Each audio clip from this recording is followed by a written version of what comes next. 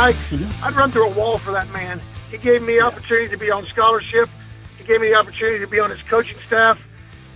Coach gave me every opportunity in the world to pursue the profession I'm in today. Him and Coach Umbehagen, Coach Winder, Dick Winder, those guys were big impacts on my life.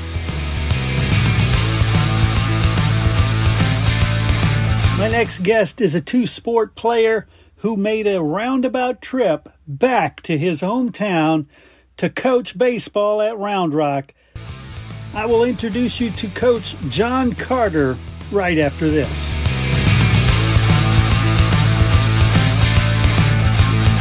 Hi, listeners. This is Glenn West, the Assistant Executive Director of Texas High School Coaches Association. It's time to register for coaching school. This year's coaching school will be held in San Antonio, July 21st through the 23rd. And in addition to the 250 lecture hours that we offer, we'll be adding a second turf field that will allow soccer, baseball, and softball demos. Tennis, aquatic, and golf will be off-site for one day of exhibits as well. Basketball court will be moved from a half court to a full court. You're all not going to want to miss this. You can find information of coaching school and hotels and membership renewal on our website at thsca.com. Have you ever thought about doing your own podcast? It is the absolute best way to grow your brand, spread your message, and build your following. Fresh Media Works can help. We do all the heavy lifting, and you just focus on your message. To find out how easy we can make launching your new podcast, call 713-269-4620 or check us out at freshmediaworks.com.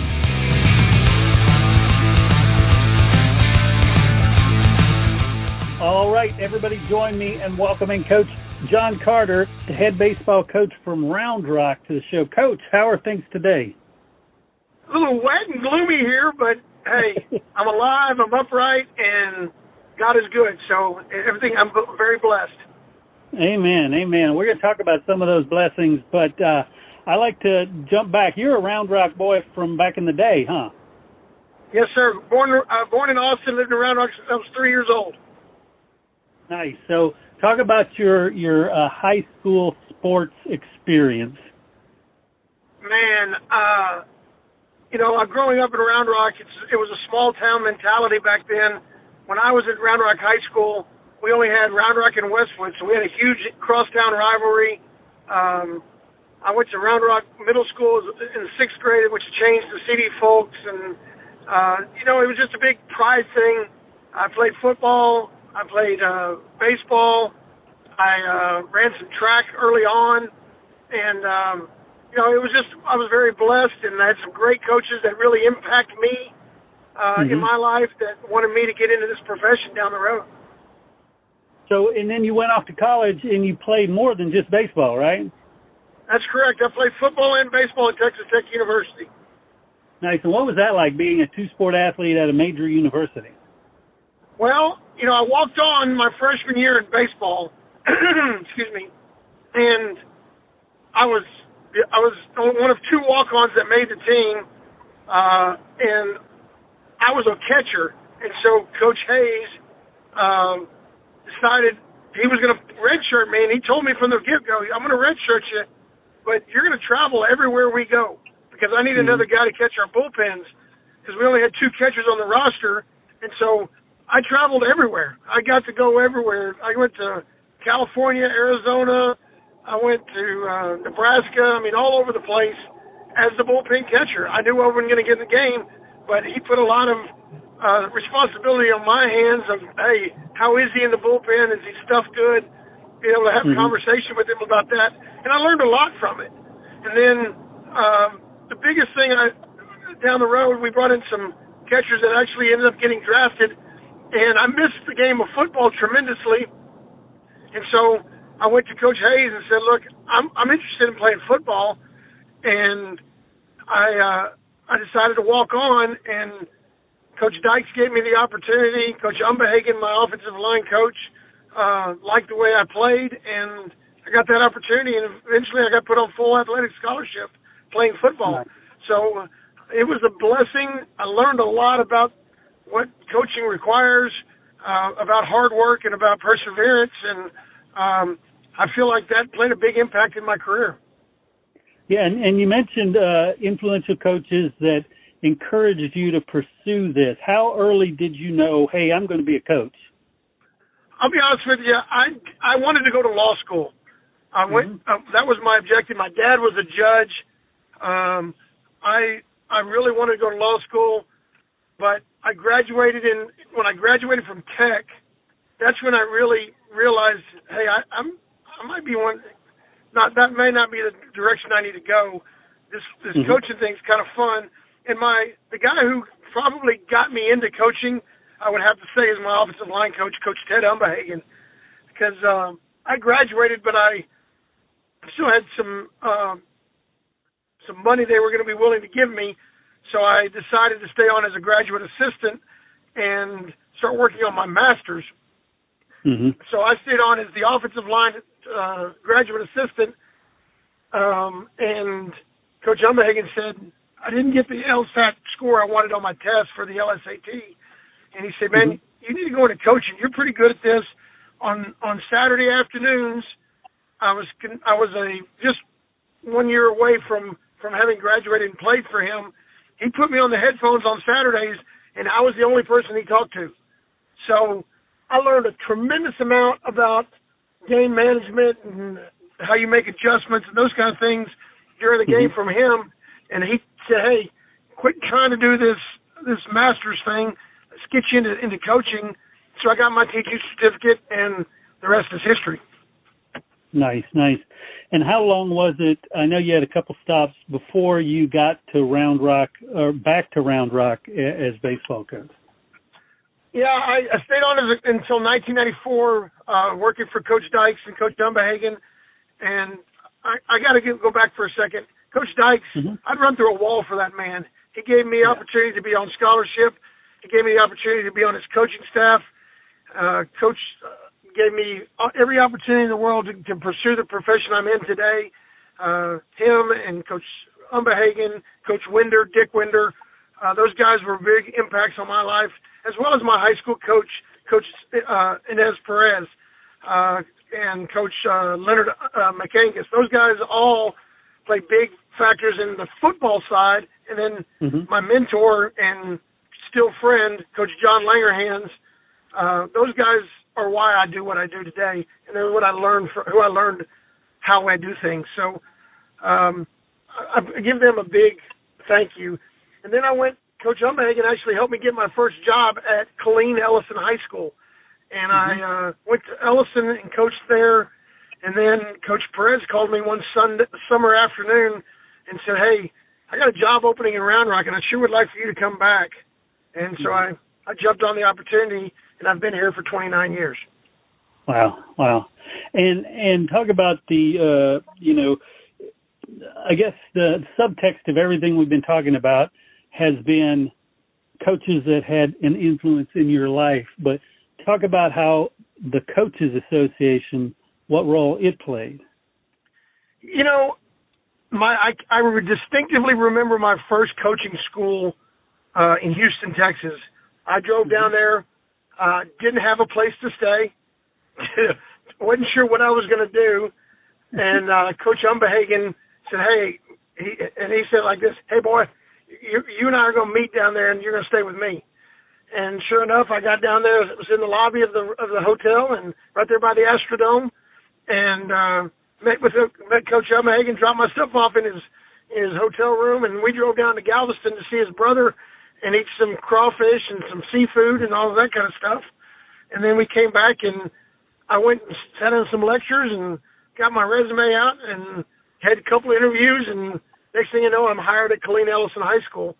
And the process of the job boards, the people that in the office to helping you figure it all out as a young kid straight out of college was a big piece to me. And I developed relationships with members of the association and the networking that takes place with so many coaches across the state through the association.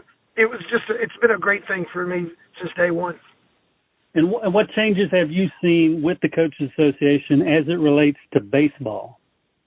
Well, the big thing I'm going to give Glenn and those guys, the directors and the executive directors, a huge thank you for getting more sports involvement, especially at the coaching school. Having more conversations with us outside at the state tournaments and things like that. They're trying to do things for a long period of time.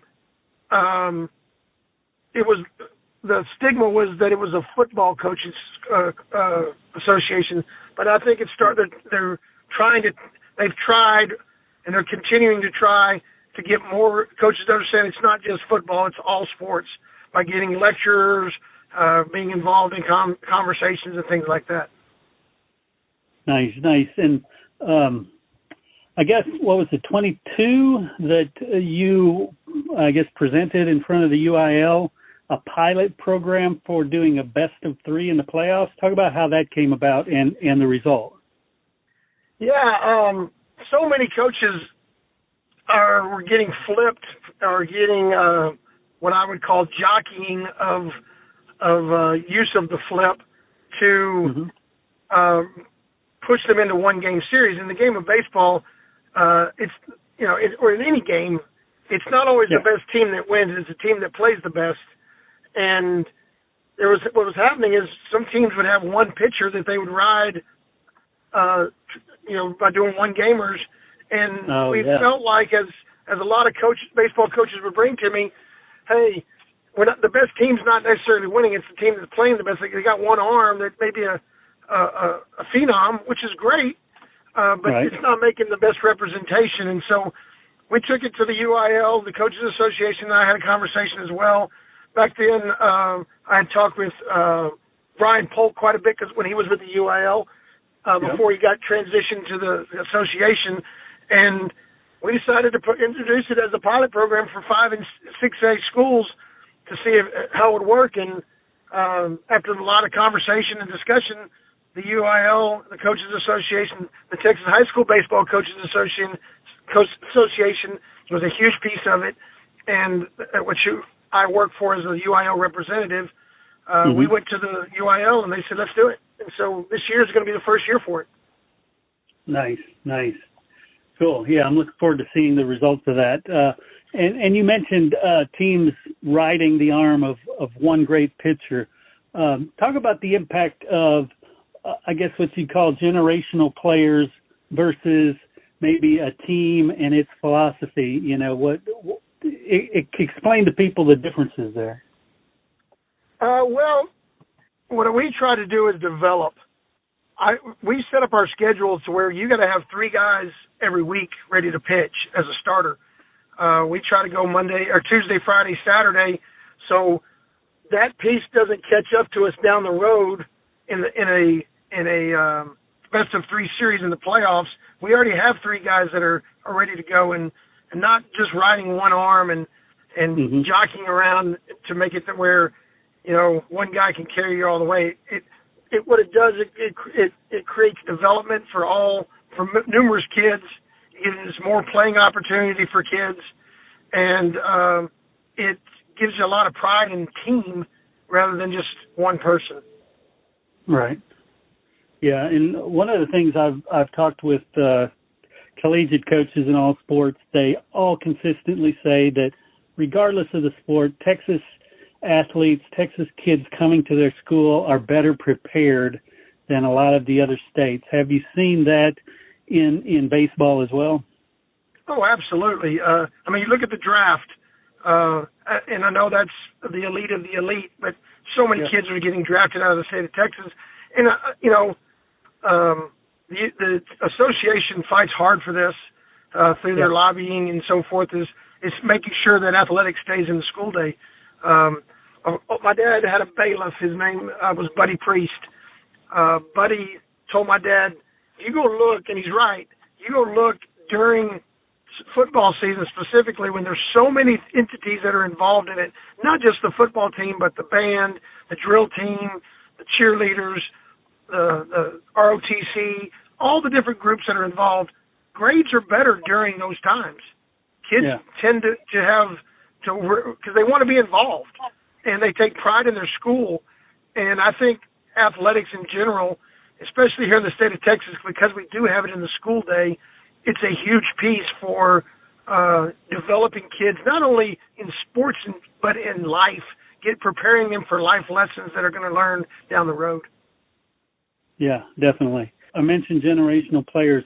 If you could reel off some of the athletes that you've been a part of that have gone on to some other things.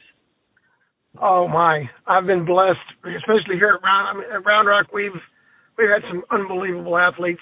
On our outfield wall, we have anybody that's made it to the big leagues, to the major league, pitched on the major league level, not the minors, but the majors. We have their number, their name, and their year they graduated up there. We have 6 guys up there right now that I can think of. The 2 Danks brothers, Jordan Danks and John Danks. Matter of fact, I saw both of them the other day. Mason Thompson, who's now with the Washington Nationals. We've got Brian Gordon, who pitched with the Yankees.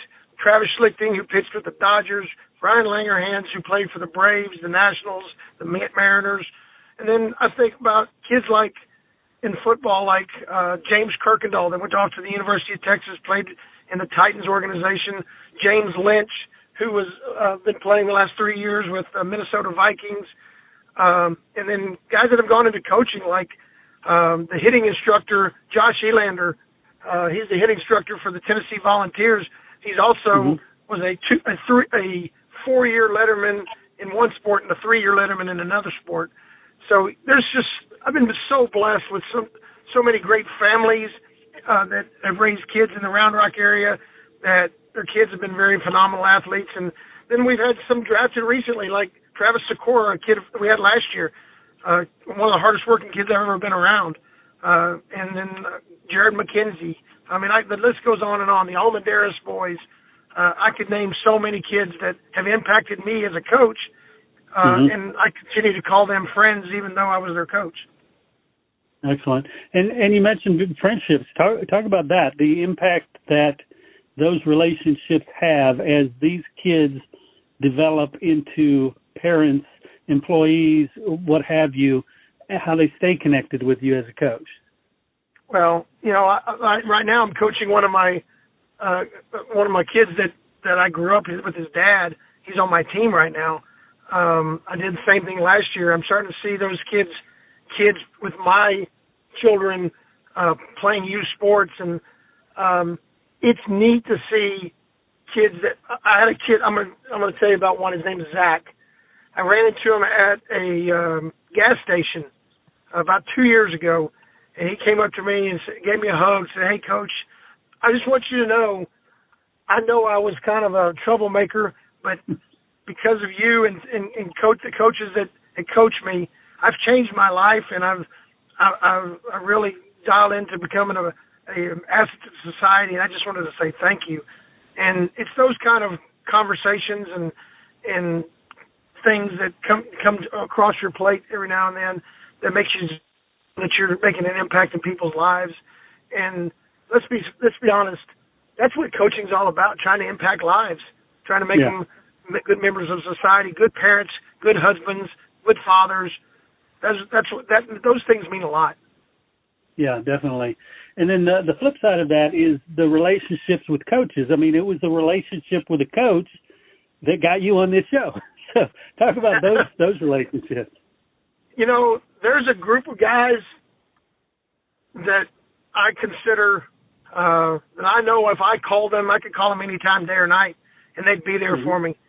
I have a group of guys here at Round Rock High School in our coaching office that they're like a family to me. We spend more time with them sometimes than I do with my own family, and those relationships are very powerful. And one of my assistants lost his mother recently, and it hurt me. It hurt my family. We felt the loss as well. Mm-hmm. So the relationships that we're developing through the coaching profession, they're hard to explain unless you've been there. It's not the same as a youth ball coach or something of that nature. High school coaching is hard, but it's fun, and it's very, very rewarding. Definitely. definitely. Let's shift gears a little bit. Let's talk about the club sports, the all-star sports, the other side of this coaching world.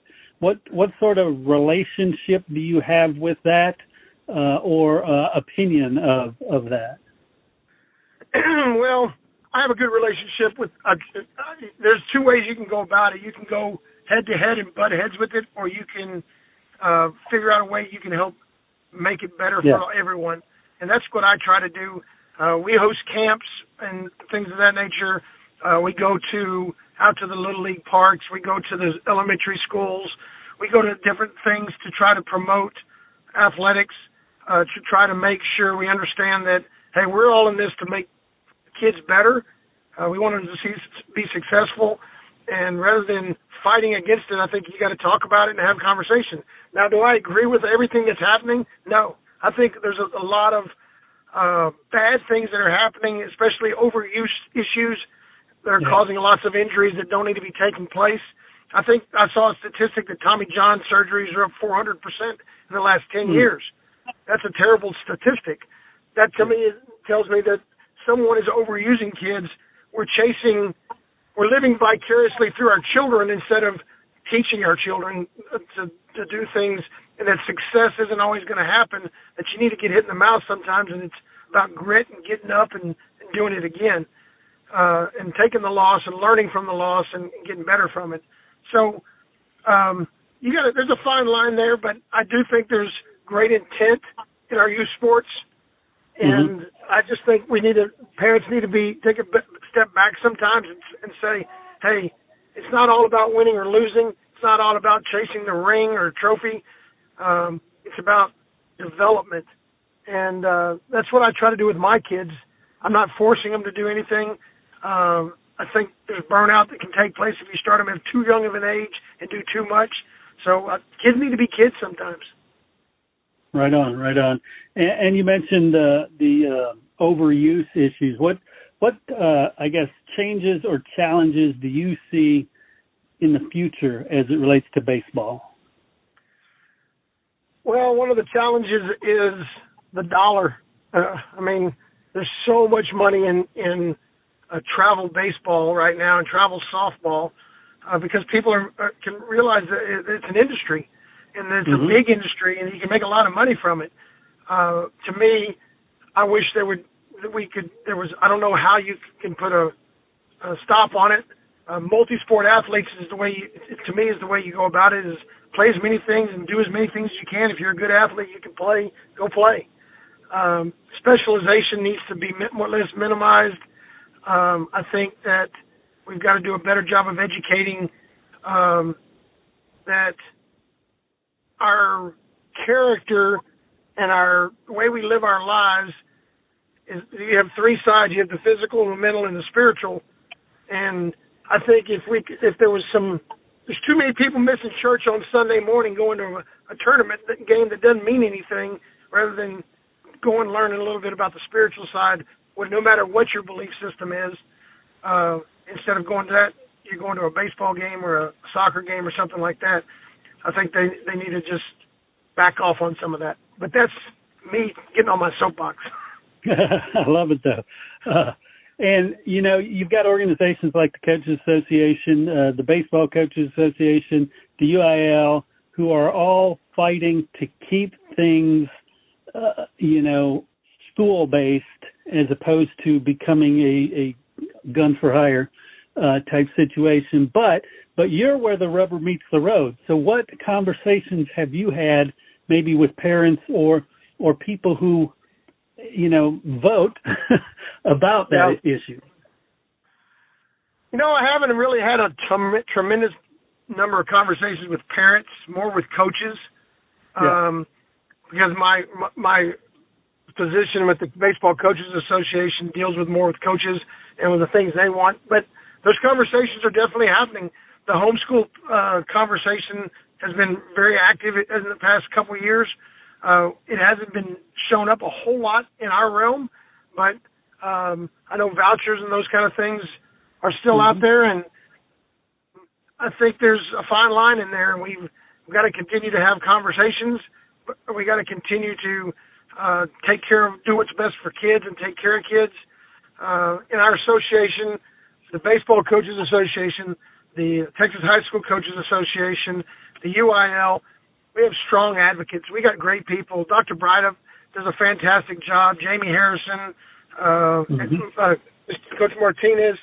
I mean, so many guys. AJ does a fantastic job communicating with me on the baseball realm. So, I just think there's good people out there working hard for kids, and that's a tribute to the associations and the people that are involved. I love it. Well, Coach John Carter, gosh, I want to thank you so much for spending some time with me and giving us kind of your insight. Well, it's been my pleasure, and I hope I didn't get too talkative, but you give me a soapbox to get on. Sometimes I'll get on it. My dad's in politics, so it is what it is. No, that's fine. I appreciate you, Tim. I'm very honored and blessed, and very, very humbled to be asked to do this. It's a very humbling thing that maybe I have a little impact on somebody else.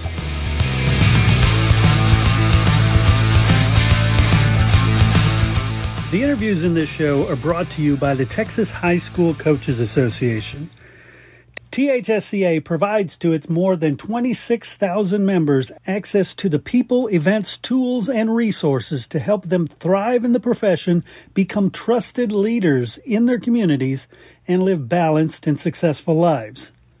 The work and sacrifice coaches do every day is vital to the development and success of student athletes. The THSCA supports these efforts. We fight for every coach, provide them with the connections and resources to improve their lives, and help all student athletes throughout the state enjoy lasting success. The mission statement is simply this: to help and serve Texas high school coaches as they work to help and serve student athletes. Helping coaches help kids. For more information on the THSCA, visit www.thsca.com. Hey, of course, I want to thank our guest, but I also want to thank you. I want to thank you for giving me what I consider the most valuable thing you can give, your time and your attention. And I know you don't do it to hear me. You hear it for the great messages provided by the THSCA. And hey, if you'd like to associate your company with the THSCA and the Coach's Call podcast, limited sponsorship opportunities are available.